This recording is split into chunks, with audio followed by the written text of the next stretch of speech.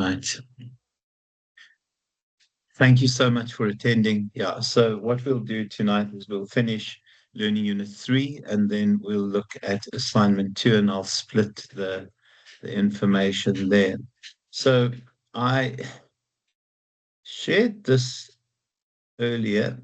Goodness me. So I shared this earlier, and this is, yeah, one of those that unfortunately unfolded, and this is not the one I shared with you. Oh my word. Yeah, this is not typical when things go haywire. Um, sorry. It's best not to comment when things go sideways, guys. Um, and I've already started recording. Sorry about this.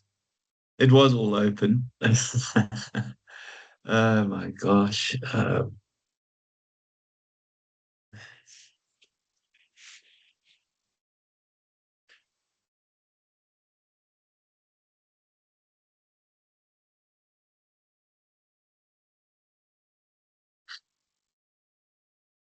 So I shared this article and then decided to close it. It's the end game stuff that we're going to look at in terms of the slides in the next couple of minutes. Anyone have a glance at this in terms of companies that have gone insolvent, that have disappeared? We know that there was one recently added, Murray and Roberts, also now going insolvent or have gone insolvent. And it's just the scary part of how tough it is to survive. And it's the companies that are in trouble. Multi-choice, and I know that they're moving to streaming and they're offering alternatives. I know that multi-choice is in trouble because they've asked us, well, they keep chasing us to renew our contract with them. We haven't done that, so we're on a month-to-month contract. We're not even sure what we're going to do with them. And then you can see some of this stuff. SABC, I heard last night on the news that, or read an article that we might do away with television licenses. I'm not sure how they're going to survive. Cell C, I mean, again, the post office, how the post office and why the post office still exists is beyond me. And then obviously, this was also a construction company. Go for it, Marty. What's keeping multi-choice afloat is their near monopoly on sports broadcasting. Because if it wasn't That's that, it. That's yeah, it.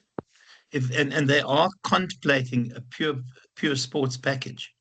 So it will be very interesting to see what happens when they launch that. How many new customers they get. I don't well, it's football, soccer, whichever you call it, but I definitely follow rugby, cricket, motorsport, a range of other things.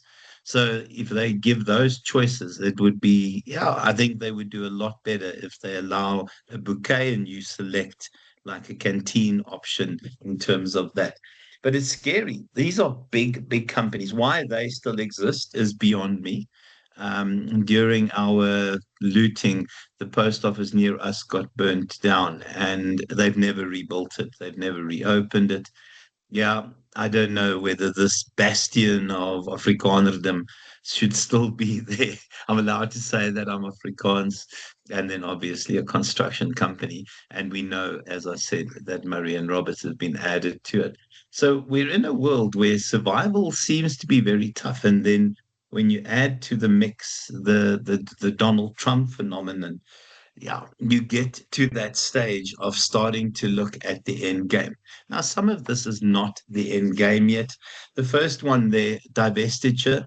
I think this often looks at inefficiencies within the overall business. So it's a plant, a production line that you close down, or selling off external um, not performing divisions. We see that ShopRite has purchased a bunch of Pick and Pay stores in Africa. So we've seen a couple of those transitions, and then focusing on what is healthier. I think all of this is the consequence of Donald Trump. And yes, customers' preference doesn't fit into that. We also know that Mercedes-Benz has lost the contract to build the right-hand drive C classes in South Africa, and to the point of considering leaving South Africa. They now will give up half their production facility to a Chinese manufacturer, just as a survival technique. And the C class Mercedes were the consequence of yeah, this is still, and in the Eastern Cape, where you already have unemployment rates in excess of 50%, and in fact close to 60%, it would be devastating in that area. So they've closed down the C class. We don't build the C class here anymore because of the 30% tariff. Because of the 30% tariff. Spiteful, nasty. Yeah, I'm too scared to say anything about Trump, because I had a tirade against me recently by a student because she is a Trump supporter and told me, yeah, all the reasons why. And she ended by saying that he's done more to protect women and children than any other president in the history of America. And I said Jeffrey Epstein. And apparently that's all fake, that the pictures are fake and Jeffrey Epstein isn't real. And I gave up after that. So the rest of the managing the end game, the kinds of options that we can look at, internal divestiture. So it's those sort of non-core assets, those kinds of things that don't make sense ultimately in terms of our mission statement. Having warehouses when your focus is on being a retailer, and maybe getting rid of those warehouses, outsourcing some of those elements, getting rid of parts of the business. We know that in the early 2000s, Ford was only surviving because of Ford Finance, and that Range Rover, Jaguar, and Volvo were running at a loss, and they sold those three elements of and Range Rover and Jaguar going to Tata, and then Volvo going to Geely, both obviously the non-traditional manufacturers, one Indian and one Chinese, and then getting rid of businesses that don't make sense. There's the lack of synergy. It doesn't add value in terms of the overall idea. And then narrowing your focus, focusing on those last pockets of demand. So essentially manufacturing to take care of those really loyal customers. And then the bad news ones, selling the business, liquidation, the number of liquidations on a month-to-month basis in South Africa and on a year-to-year basis is disturbing. We can look at the sale of the business, but I think the reality is this is not going to be around in the future. And then bankruptcy, and obviously the worst is where you essentially sell off everything to turn it into cash to pay your debt. So, what we are going to look at tonight, and there's a specific reason why Tata is there, is we're going to look at the so-called corporate parent. Now, if we look at large organizations with big numbers of divisions, I mean, it's difficult to find a better example than Tata. And I don't know if I've shared this in class already, but and so to have a glance at, first of all, where they are, and then the kind of business areas that they're involved in technology, in steel, in automotive, in consumer retail. I'm not going to go do all of these, but I mean, my favorite is that one there. We tend to think about Tata as, building buckies and vehicles. So the technology center, I mean, significant areas. And you can see what they're involved in. Consultancy services, some of this stuff, Tata Digital, Tata Technologies, in terms of steel. I mean, yeah, Tata Steel, heavy steel. They also own coffee farms. They own tea farms. I mean, it is a highly diversified organization. The one thing we've also seen in terms of Tata Motors, and remember they own Jaguar and Land Rover as well. I mean, it's just a highly diversified company. And then consumer and retail, you can see the different sub elements there. Again, just this real global giant and the aerospace and defense. At some point, they actually ran the Indian airline, and the Indian airline was nationalized as you know as you want a national carrier. So they simply just nationalized it from Tata. Anyone surprised at how diversified Tata is?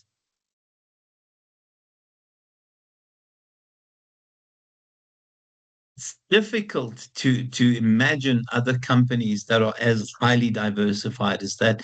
I mean, obviously Virgin, very, very diversified as well, but it is a behemoth. It is an absolute behemoth. So the holding company, which would be Tata Global, they're the corporate parent, they're the headquarters. They essentially are there for broad corporate strategic level decisions. Now, what they have to do is obviously there should be a benefit for the division from the corporate, but often depending on the nature of the business and a company as highly diversified as Tata would often just let their divisions get on with things.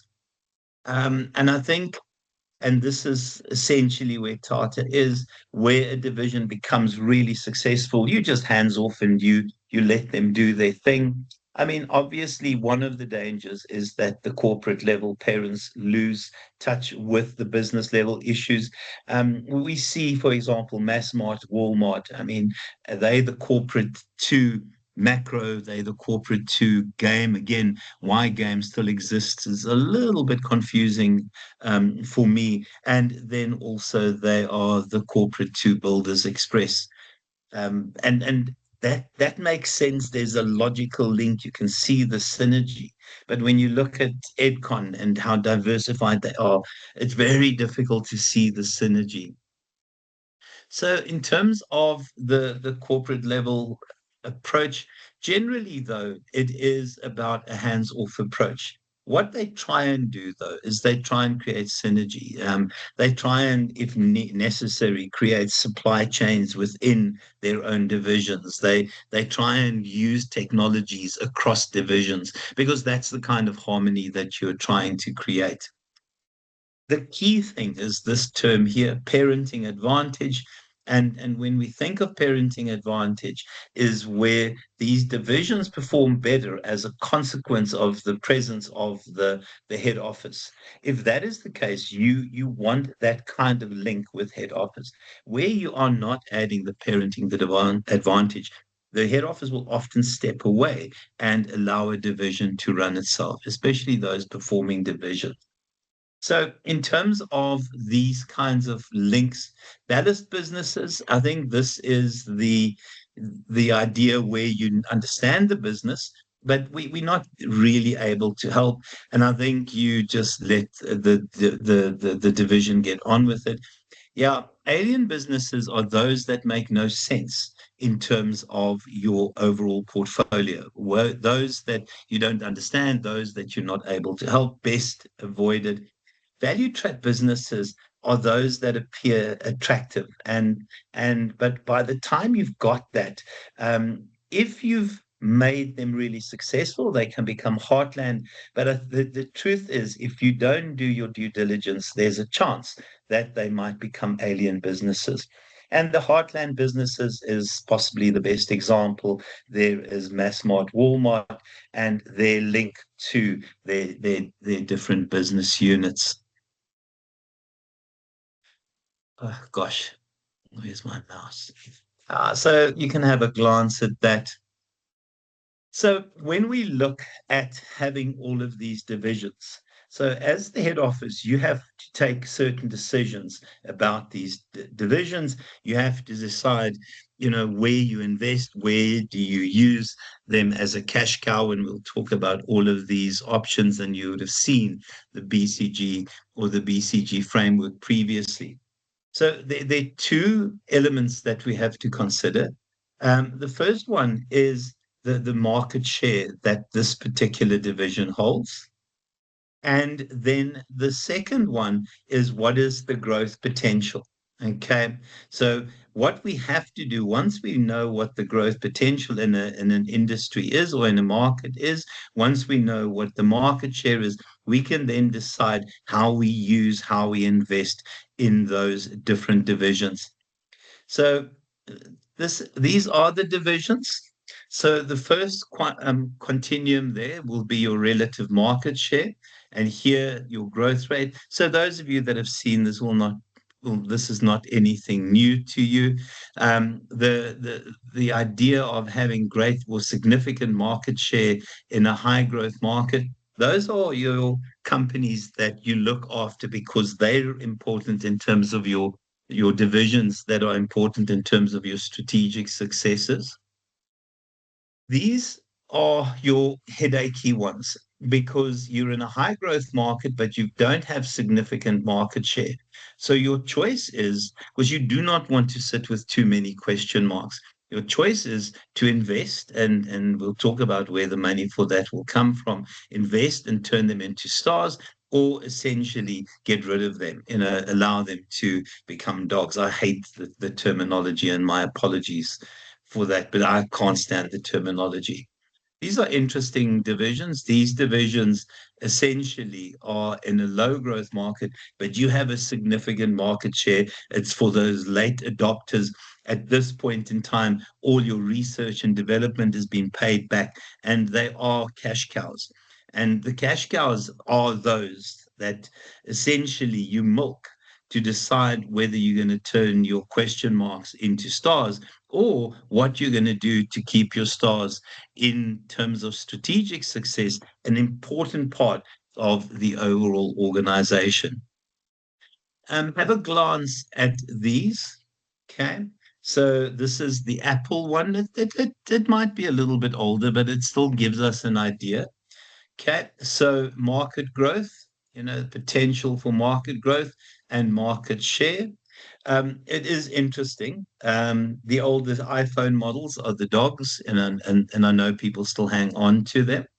The iPad is definitely a cash cow because all the R&D that has gone into the iPad has been paid off. I mean, they basically do small continuous evolutionary updates. Your stars are those that are of strategic importance, your MacBook, your iPhone, and then the ones that they're not sure. The Apple Watch, yeah, I don't know. The scary part is that possibly, Marty, I see you don't have an Apple Watch on your arm. Yeah, I can't see through my screen, so don't worry. There's no magic involved in here. Anyone have an Apple Watch? No one have an Apple Watch. Yeah, where I work, there are a couple of them. They become a statement. And the AirPods. So these are the interesting ones. Do we bring them into stars? You can't leave them there forever. You can't leave them there forever. Any comments on that analysis for Apple?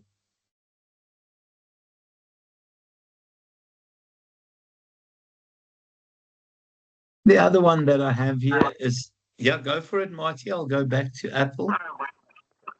No, it was pretty spot on, sir. Okay, Especially very the fact nice. that they've become almost like status symbols. Yeah, well, it is. It has become a status symbol, but we've got a good few at the campus I work in, Pietermaritzburg. I don't. I have got a smartwatch, but it's lying next to me. It's uncharged. The truth is, I still like my old style, yeah, watches. Yeah, I'm not a big fan of the digital watch or the smartwatch. This is Tesla.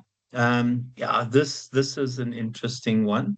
So these, yeah, they're the older models. I think yeah, I think you know that when you get into them that they're older Teslas. Um, yeah, the dog, the Roadster, that has become a dog. No one's interested in that. Rimac, and I think you guys have I might have shared this with you. Rimac, anyone know what? Oh, for crying out loud, annoys me. What the Rimac is? RIMAC. I mean, it is art in motion. So this is now what would have killed that. I'll give it a second to load. Yeah, it is just a thing of beauty. It is just beautiful. It, yeah, for me, it's art in motion. Where is that? And that's why the model, the Roadster, has just lost its shine. It's because of this particular competitor. Um, yeah, Musk used to poke fun at them, but not so much anymore. Um, Anyone have seen any of these? I mean, it is a thing of beauty. It's for me art in motion, and that's why the S is over, or the roaster is over here. The question mark is the Cybertruck. I think the Cybertruck is the single most ridiculous thing I've ever seen in my life. Could anyone see themselves in a Cybertruck? I just don't get it. I don't get it. It is who designed that? A 2 year old. I mean, that came off a fridge somewhere in someone's house as an art project for grade one or grade two.